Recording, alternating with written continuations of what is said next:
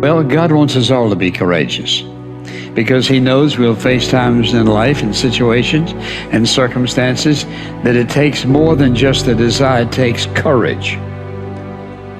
Many people operate on the basis of fear, on the basis of what other people think.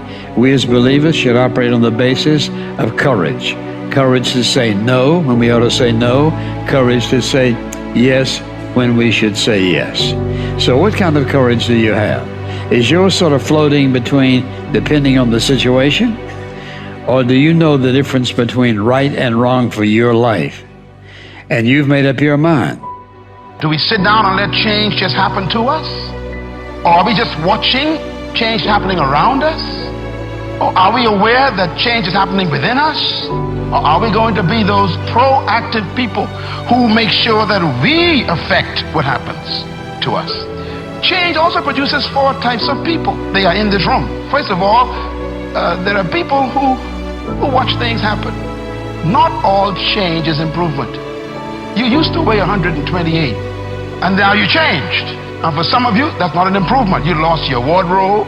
You lost your ability to climb up steps fast. You even lost the quality of health that you had. Change doesn't mean improvement all the time. But the problem is, without change, there can be no improvement.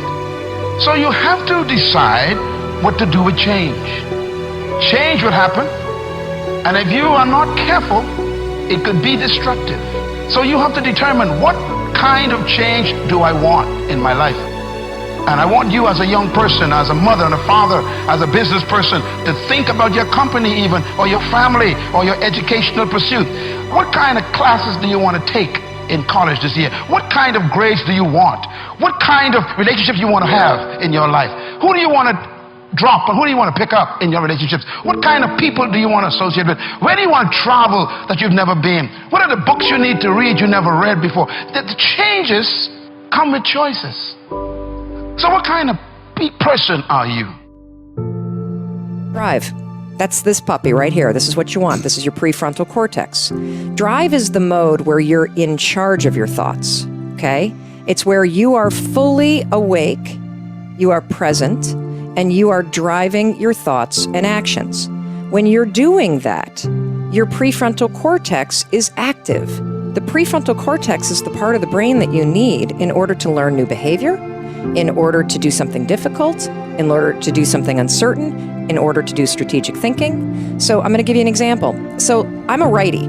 If I were to try to write with my left hand, Lewis is going to torture me and tie my hand behind my back and make me do this, I could do it. It would look like I was writing with my foot. And if Lewis came up to me and said, "Hey, Mel, you want some bulletproof coffee?" I'd be like, "Lewis, I'm trying to concentrate. I can't do this." My prefrontal cortex would be el fuego, because it is firing on all cylinders to communicate to my hand new behavior. So the thing that's cool about that is that you can use a simple trick. The moment you feel yourself hesitate, the moment you've got one of those moments where you know that you need to, this is that moment that Lewis talks to you about where you got to step outside of your comfort zone and you've got to lean into your passion and you've got to really take some risks and you got to feel the fear and you got to do it anyway. That's the moment where you just woke up and now you got a decision to make. Are you going to drift back into the habits, or are you going to awaken your prefrontal cortex and drive forward and focus and do something new?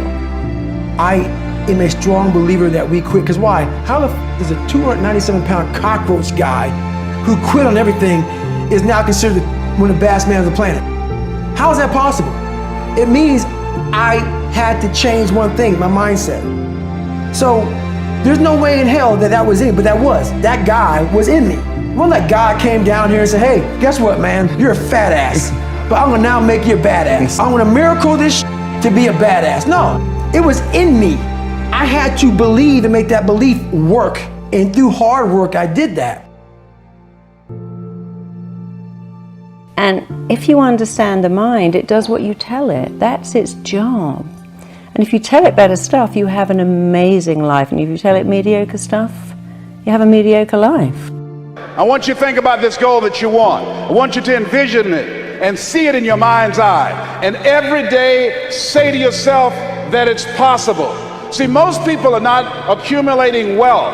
Most people are living in poverty. Most people are living far below their potential, not because they don't have the capacity, not because they have not been given authority and dominion over everything on the face of the earth, but most people are living like they're living because of the fact that they don't believe they can have any more than what they now have. In the book called Miseducation of the Negro, Dr. Carter G. Woodson said, if you can determine what a man shall think, you'll never have to concern yourself with what he will do. If you can make a man feel inferior, you never have to compel him to seek an inferior status, for he will seek it himself. And if you can make a man feel justly an outcast, you never have to order him to go to the back door. He'll go without being told. And if there's no door, his very nature will demand one. That's why Scripture reminds us, be ye not conformed to this world, but be ye transformed by the renewing of your mind. So every day you have to sell yourself and get out of your mind those old thoughts, that old belief system. Every day you've got to sell yourself on that it's possible. That you got to put a new mind in you. You got to get out of your mind. You got to begin to restructure your thinking. Every day you've got to begin to recondition your mind. See, many of us go through life making choices, thinking it's our choices, and it's not. What do you mean by that? I'm reminded of the great anthropologist Margaret Mead. She was in a restaurant in Europe, and a waiter saw her and said, "Oh, how are you? I'm so glad to see you." He said, "There are several other Americans here tonight." And she said, "Is that right?" He said, "Yes." She said, "When you serve them dessert, let me know and I'll tell you exactly how many are here." He said, "That's not possible." She said, "Let me know after you serve dessert." When he served dessert, he came back and he told her. She got up, she walked around, and she looked and she observed, and she said, "You have exactly 65 Americans here." He checked the guest list and he was amazed. He said, "How did you know that?" She said, "Because in Europe, when you eat a slice of pie or cake, you eat it from the back toward the tip. In America, when we eat a slice of pie or cake, we eat it from the tip toward the back." How many of you, when you eat a slice of pie or cake, you eat it from the tip toward the back? Raise your hands, please. Good. Now, what else is in your mind? What else are you doing unconsciously that you don't even know? I'm going to say something and I want you to answer it after it. I want you to end it for me. Winston tastes good like what? How many of you don't even smoke Winston but know it? Raise your hands, please. Now, that commercial been off the air for 30 years. 30 years. See, let me share something with you. The easiest thing I've ever done was to earn $1 million. The most difficult thing I've ever done was to believe it could happen to me. That was the most difficult part, to believe that given my circumstances, if my birth parents came down this aisle right now, I would not know either one if my daddy came up here or my mother came up here. Given the fact that I was born in an abandoned building on a floor, being labeled educable, mentally retarded, not having any college training, I used to feel all my life that people who had college degrees were more intelligent than me. I remember going to see the late Dr. Norman Vincent Peale, the author of the book, The Power of Positive Thinking. And I used to look at him up on stage and I said, I could do that. I would love to talk to people. I love to talk to people. And I said, I could do that. But then when I started going back to my car, my mental conditioning activated itself. And it said, Les Brown, you can't do that. You don't have a college education. Les Brown, you can't do that. You don't have the training. You've never worked for a major corporation. You can't do that. What makes you think you can earn $5, $10, $15, $20,000 in an hour? You don't earn that now working for 2 or 3 months. What makes you think that you can speak for AT&T, Procter & Gamble, McDonald's Corporation, General Electric? These are clients I have now. You've never even worked for them. How many of you ever thought about something you wanted to do and you talk yourself out of it? Raise your hand if you know what I'm talking about. That inner conversation is what's going to haunt you after standing here and saying, I can do all things through Christ who strengthens me. After saying that again and again, we are more than conquerors.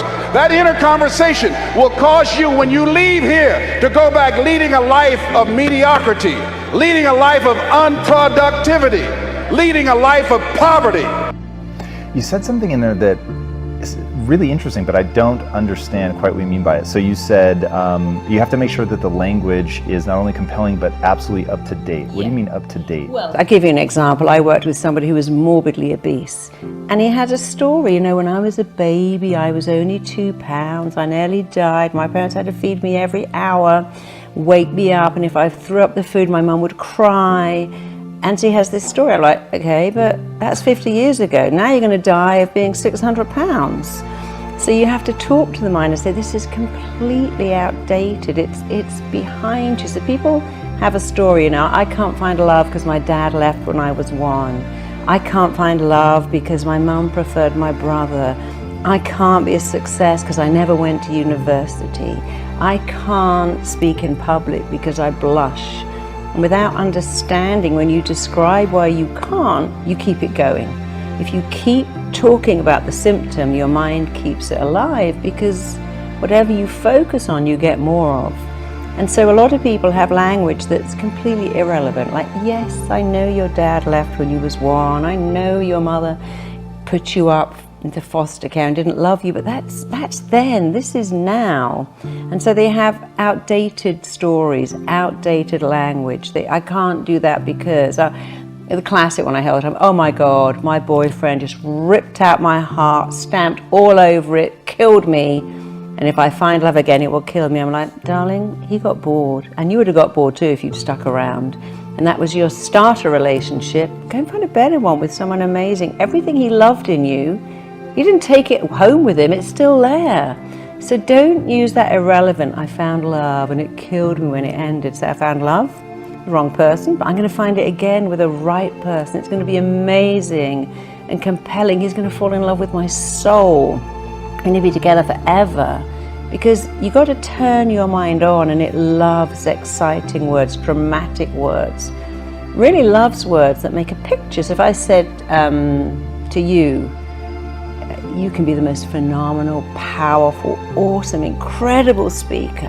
When you speak on stage, everyone stops to listen. You could hear a pin drop. They look at you.